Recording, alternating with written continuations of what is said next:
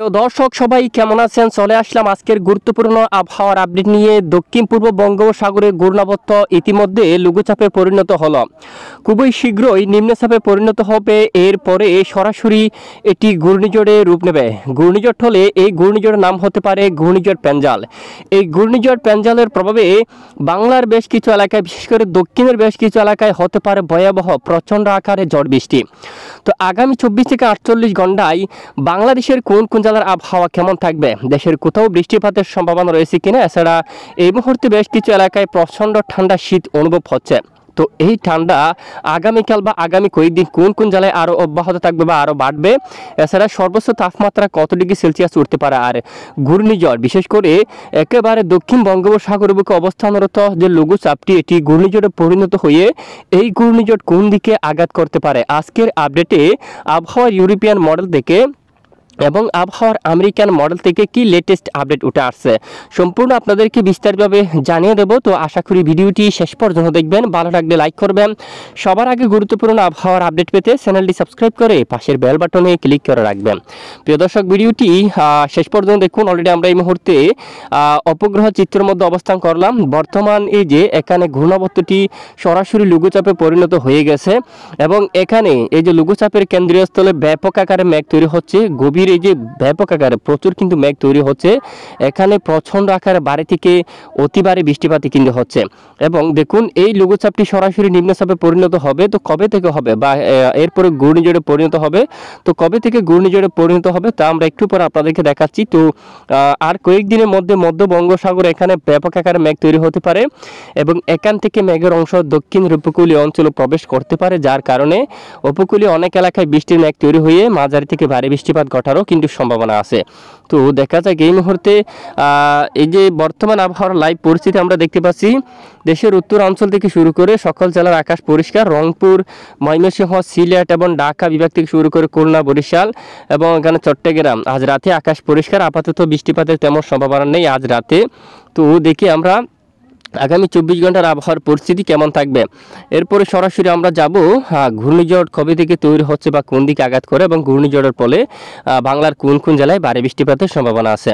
তো ইতিমধ্যে দেখুন আগামী 24 ঘন্টার আবহাওয়ার পূর্বাভাসে দেখা যাচ্ছে বাংলার বেশ কিছু এলাকায় আকাশ কিন্তু একেবারে পরিষ্কার থাকার সম্ভাবনা রয়েছে এবং 48 ঘন্টার মধ্যে কিছু কিছু এলাকায় আকাশ কিছুটা মেঘাচ্ছন্ন হতে পারে। বেশ কিছু এলাকায় এখানে আকাশ মেঘাচ্ছন্ন হতে পারে।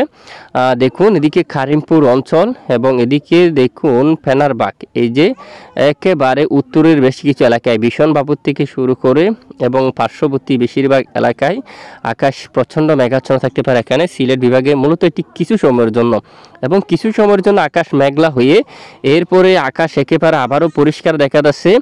আপাতত দেশের বেশ কিছু এলাকায় ধোঁয়াশাময়, আংশিক ধোঁয়াশাময় আকাশ নিয়ে পরিষ্কার থাকার সম্ভাবনা রয়েছে এবং বেশ কিছু এলাকায় কিন্তু আকাশ একেবারে পরিষ্কার থাকতে পারে। দেখুন আপাতত বৃষ্টিপাতের সম্ভাবনা আগামী কয়েকদিনে কিন্তু নেই এবং মঙ্গলবার 24 নভেম্বরের আপডেটে যদি আমরা একটু যাই, আপাতত বৃষ্টিপাত হওয়ার মতো তেমন সম্ভাবনা নেই। সকল জেলার আকাশ একেবারে পরিষ্কার অবস্থায় কিন্তু থাকছে। সিলেট বিভাগের কিছু কিছু এলাকায় সামান্য মেঘের আনাগোনা থাকতে পারে। এছাড়া দেশের দুয়াক এলাকায় কিছু সময়ের জন্য আংশিক আকাশ মেঘলা, এছাড়া বেশিরভাগ সময়, এছাড়া বাংলার বেশ কিছু এলাকায় বেশিরভাগ সময় আকাশ একেবারে পরিষ্কার থাকতে পারে। আপাতত বৃষ্টিপাত হওয়ার মতো সম্ভাবনা কিন্তু নেই। তবে একেবারে মাসের শেষের দিকে ধেয়ে আসছে প্রচণ্ড আকারে ঝড় বৃষ্টি। তো কোন কোন জেলাগুলোর উপর এই ঝড় বৃষ্টিপাতের সম্ভাবনা আসুন আমরা আপনাদেরকে দেখিয়ে দিচ্ছি। তো প্রথমে আমরা একটু যাব ঘূর্ণিঝড়ের পরিস্থিতি দেখব, এরপরে ঘূর্ণিঝড়ের ফলে যে বৃষ্টিপাত আসতে চলছে সেটি আমরা দেখব। প্রথমে যে আবহাওয়ার ECMWF মডেল, আবহাওয়ার ইউরোপিয়ান মডেলের রিপোর্টটা যদি আমরা একটু দেখি, আমরা বায়ুযাত্রা মোড়ে অবস্থান করলাম বর্তমান। প্রিয় দর্শক এদিকে দেখুন রবিবার 24 নভেম্বর এই লঘুচাপটি ধীরে ধীরে উত্তর দিকে অগ্রসর হচ্ছে এবং এই যে বাতাসের গতিমাত্রা প্রায় এই যে ধীরে ধীরে বাড়তে দেখা যাচ্ছে 50 কিলোমিটার এবং এরপরে আরও কিন্তু এখানে বৃদ্ধি পাচ্ছে 60 কিলোমিটার হচ্ছে বাতাসের গতিমাত্রা এবং দুটি কিন্তু নিম্নচাপ অলরেডি হয়ে গেছে ভারত মহাসাগর এবং দক্ষিণ বঙ্গোপসাগরে এবং এই যে নিম্নচাপটি সরাসরি এদিকে ঘুরে বাঁক নিয়ে শ্রীলঙ্কার কাছাকাছি দিয়ে সরাসরি একেবারে দক্ষিণ ভারতের এই যে এখানে কিন্তু প্রবেশ করতে যাচ্ছে এখানে দেখুন এর পার্শ্ববর্তী স্থানে এখানে যদি দেখি চেন্নাই, নেলুরে, পুদুচেরি এই এলাকার দিকে প্রচণ্ড আকারে দমকা ঝড়ো বাতাস কিন্তু বইতে পারে এবং সরাসরি এটি উপকূলীয় অঞ্চল দিয়ে আঘাত করতে পারে। এবং দেখুন আবহাওয়ার ইউরোপিয়ান মডেল অনুযায়ী এটি হলে একটি সাধারণত ঘূর্ণিঝড় হতে পারে, যার নাম হতে পারে ঘূর্ণিঝড় পেঞ্জাল, এবং এরই প্রভাবে এখানে ব্যাপক আকারে বৃষ্টিপাত থাকতে পারে। একেবারে এটি কিন্তু আঘাত করতে পারে দক্ষিণ ভারতের উপকূলীয় অঞ্চল দিয়া। তো আবহাওয়ার আমেরিকান মডেল থেকে কি লেটেস্ট আপডেট আসছে আমরা একটু দেখি। আবহাওয়ার আমেরিকান মডেল থেকে একেবারে একটি ঘূর্ণিঝড়ের পরিবেশ কিন্তু তৈরি হয়ে গেছে বিশাল আকারে, এবং এটি প্রায় এই যে 100 কিলোমিটার পর্যন্ত শক্তিমাত্রা নিয়ে এটি ধীরে ধীরে কিন্তু আরও এই যে উত্তর পশ্চিম দিকে অগ্রসর হতে পারে এবং শুক্রবার 29শে নভেম্বর সরাসরি ল্যান্ডফল করতে পারে এখানে। এরপরে এখানে আরও কিছুটা সময় নিয়ে সরাসরি শনিবার 30শে নভেম্বর নাগাদ পুদুচেরি, বেঙ্গালুরু যে চেন্নাইয়ের উপকূলীয় অঞ্চল দিয়া প্রচণ্ড বেগে আঘাত করার কিন্তু সম্ভাবনা কিন্তু উঠে আসছে, ব্যাপক আকারে আঘাত করার কিন্তু সম্ভাবনা উঠে আসছে। এই ঘূর্ণিঝড়ের ফলে বঙ্গোপসাগর খুবই উত্তাল হতে পারে। এছাড়া একেবারে এখানে কিন্তু প্রচুর আকারে দমকা বাতাস বইতে পারে। বাংলাদেশের যে এখানে মংলা পায়রা সমুদ্র অঞ্চলে কিন্তু ঘন্টায় দমকা প্রায় 50 কিলোমিটার পর্যন্ত তার দমকা ঝড়ো বাতাস কিন্তু বইতে পারে। সাথে বেশ কিছু এলাকায় এখানে হতে পারে মাঝারি দিকে ভারী বৃষ্টি।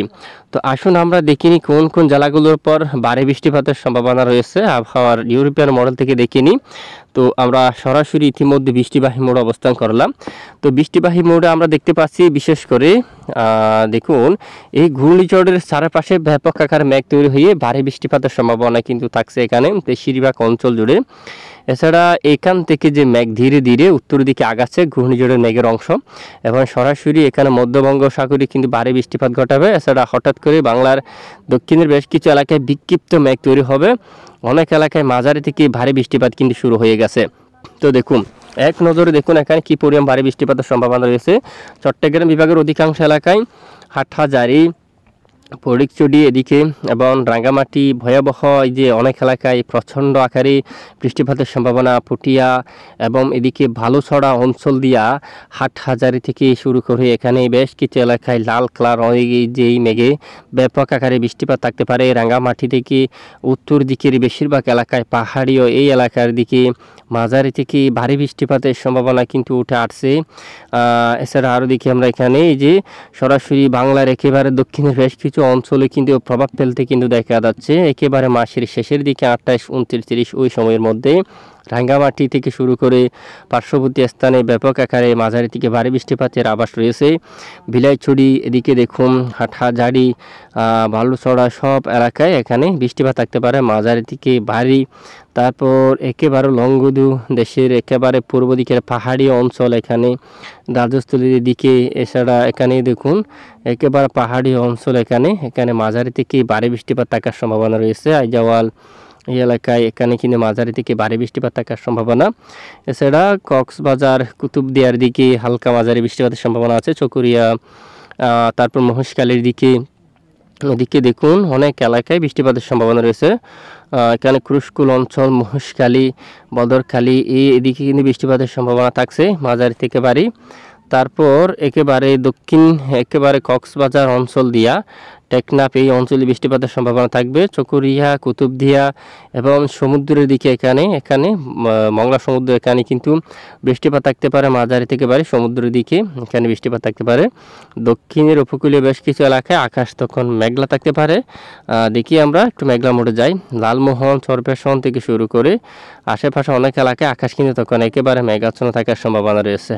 এখানে বেশিরভাগ অঞ্চলে একেবারে দক্ষিণের উপকূলীয় অঞ্চলে তখন কিন্তু আকাশ প্রচণ্ড আকারে মেঘাচ্ছন্ন হতে পারে। বাকি এলাকায় কিন্তু দক্ষিণের চট্টগ্রাম বিভাগের অধিকাংশ এলাকায় হালকা মাঝারি ধরনের বৃষ্টিপাতের সম্ভাবনা, কিছু এলাকায় তীব্র আকারে প্রচণ্ড আকারে ঝড় বৃষ্টিপাতের সম্ভাবনা কিন্তু থাকবে।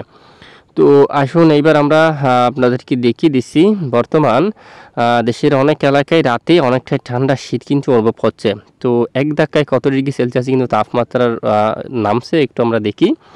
তো রবিবার 24শে নভেম্বর যদি একটু আমরা দেখি, তাপমাত্রা বেশ কিছু এলাকায় 16 ডিগ্রি সেলসিয়াসের গড়ে থাকার সম্ভাবনা রয়েছে বেশ কিছুদিন ধরে। মেহেরপুর, দামোহদা, আলমডাঙ্গা, তারপর করসাদপুর এলাকায়, যশোর, নড়াইল, মাগুরা অঞ্চলে একেবারে 16 ডিগ্রিতে তাপমাত্রা থাকার সম্ভাবনা রয়েছে। রাজধানী ঢাকা বিভাগে এখানে 18, ঢাকা বিভাগের অনেক এলাকায় 18 ডিগ্রি তাপমাত্রা থাকবে। তা বাঁশটাল এখানে টাঙ্গাইল, এখানে 17, তারপর সিরাজগঞ্জ সহ বালুকা এলাকায় কিন্তু 17 রয়েছে, জলকাত্র এখানেও, ময়মনসিংহ সরিষাবাড়ি 17, ফুলপুর নালিতাবাড়ি জামালপুরে 16 ডিগ্রিতে কিন্তু তাপমাত্রা থাকবে।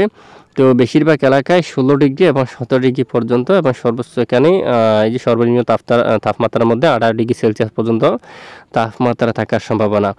আর সর্বোচ্চ থাকতে পারে একেবারে যদি দেখি সর্বোচ্চ তাপমাত্রার পরিস্থিতি 28 ডিগ্রি সেলসিয়াস, 27 ডিগ্রি এরকম আকারে সর্বোচ্চ তাপমাত্রা থাকার সম্ভাবনা কিন্তু রয়েছে। দেখুন আপনারা এখানে বেশ কিছু এলাকায় 28, 27 এরকম তাপমাত্রা থাকার সম্ভাবনা কিন্তু থাকবে।